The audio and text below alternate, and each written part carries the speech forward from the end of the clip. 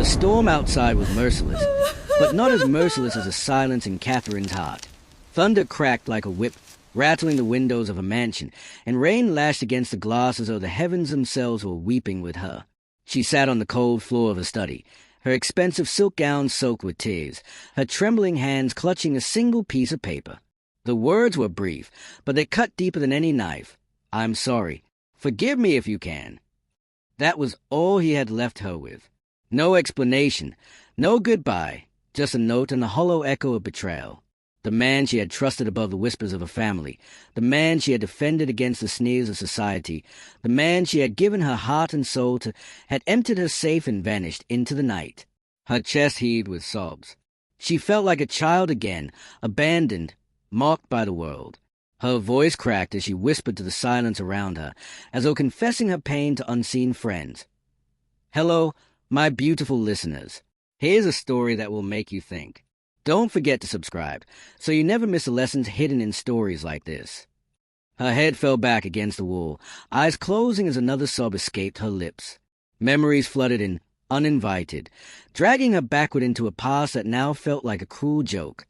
Her mind replayed it all, as if mocking her with the sweetness she had once believed in. She remembered the very first time she saw him. It was a quiet evening, years ago. She had slipped away from a glittering charity gala, suffocated by the flash of cameras and the endless parade of shallow compliments. Everyone there adored the heiress, the daughter of power, the millionaire's jewel, but not one of them cared to see the woman behind the diamonds. Her heels clicked sharply on the pavement as she wandered the dimly lit street, desperate for a breath of something real. That was when she found herself at the doorway of a small cafe, warm light spilling out onto the wet cobblestones. She pushed open the door, and there he was, Daniel. He sat alone behind the counter, his shirt sleeves rolled up, his hands stained with the kind of work her world had never known. His hair was a little too long, his face tired, but his eyes, oh, his eyes. They were gentle, piercing in a way that seemed to see through a polished exterior straight to the loneliness beneath. She must have looked like a ghost to him, standing there in her glittering gown, but he didn't flinch. Instead, he tilted his head and asked softly, "Are you all right?" No one had asked her that in years. She sat, and he poured her a cup of coffee as though it were a gift fit for royalty. They spoke that night until the cafe closed, and for the first time in her life, Catherine laughed without forcing it. The next day, she returned, and the day after that. Soon, the cafe became their secret world. Catherine would sneak away from her suffocating obligations to meet the poor man with kind eyes. Daniel told her about his dreams, how he once counted stars as a child when he had no roof over his head, how he longed to build a life filled with meaning. He painted worlds with his words, and Catherine found herself drawn in, clinging to his voice like a lifeline. She told him things she had never dared say. About her loneliness, about how money could build mansions but never a home, about how she longed to be loved not for her wealth, but for herself. Daniel listened with a kind of reverence, as though every word she spoke was sacred. One evening, they walked along the beach, barefoot, the waves kissing their toes. The wind tangled her hair as laughter bubbled from her lips, laughter she thought had long been buried. The setting sun bathed them in gold as Daniel stopped and turned to her. His voice trembled with honesty. "I have nothing, Catherine. No house, no car, no name, just me." Her heart swelled, and with tears in her eyes, she reached for his hand. "That's all I want, just you." But the world was not blind. Catherine's secret happiness did not remain secret for long. Her mother's voice still echoed in her memory, sharp and cold as a blade. "A poor man will drag you down. Do you think love can feed itself without bread?" At parties, her friends whispered when she entered the room, "She deserves a prince, not a beggar." But Catherine silenced them with quiet defiance. "I don't want a prince. I want a man who loves me." And so, she chose him, against her family, against her world, against reason. For a time, it was beautiful. But shadows crept in, silent and sly. She remembered the way his eyes lingered too long on her gowns, her jewels, the sleek cars that ferried her to and from her empire. She remembered his questions, harmless at first, until they weren't. "How much is that worth? How do you protect all this? Who else knows the codes to your safe?" Her best friend Amelia once placed a hand over Hayes during dinner, eyes heavy with sorrow. "Catherine, he isn't looking at you. He's looking at what surrounds you."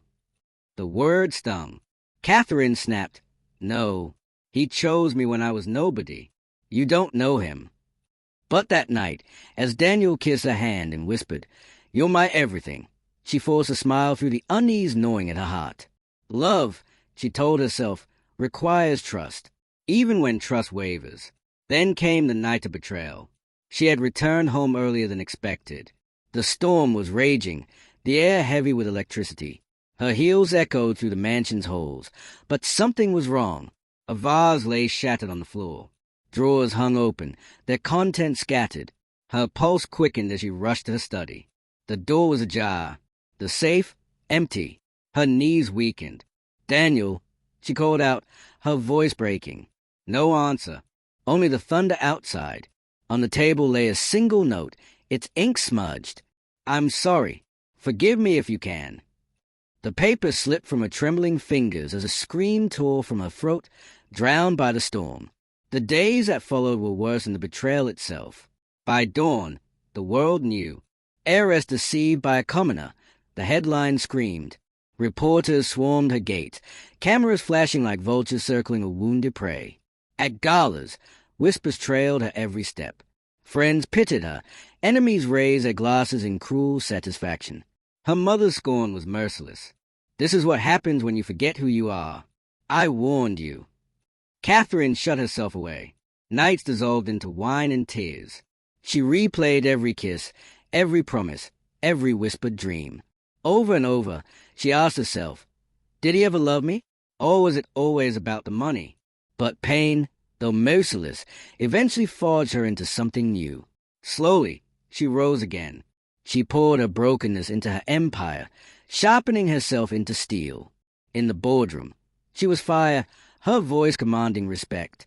At banquets, she glittered brighter than diamonds, her smile unbreakable.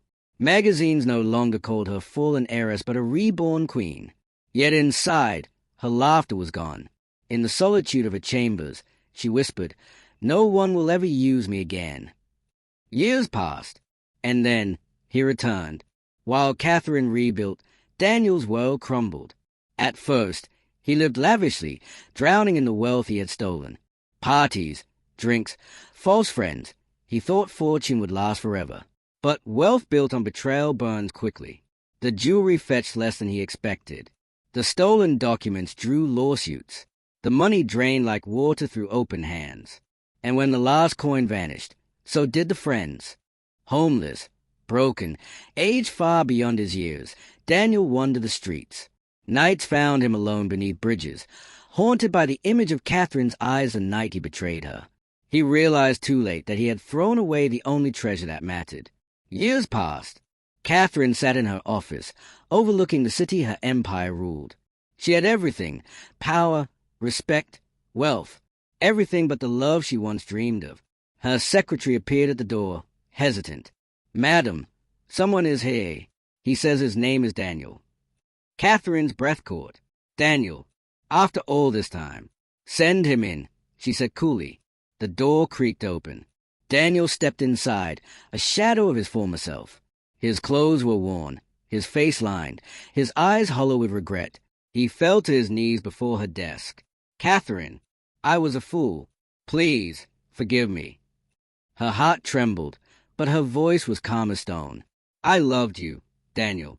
I gave you everything, and you destroyed me. Tell me, was it ever real?" His silence was answer enough. Catherine stood, her heels echoing against marble as she walked past him, away from the broken man, away from the chains of her past. "Thank you, my friends, for staying with me till the end of this story. Now tell me, if it were you, would you forgive or walk away forever? Until next time, remain blessed."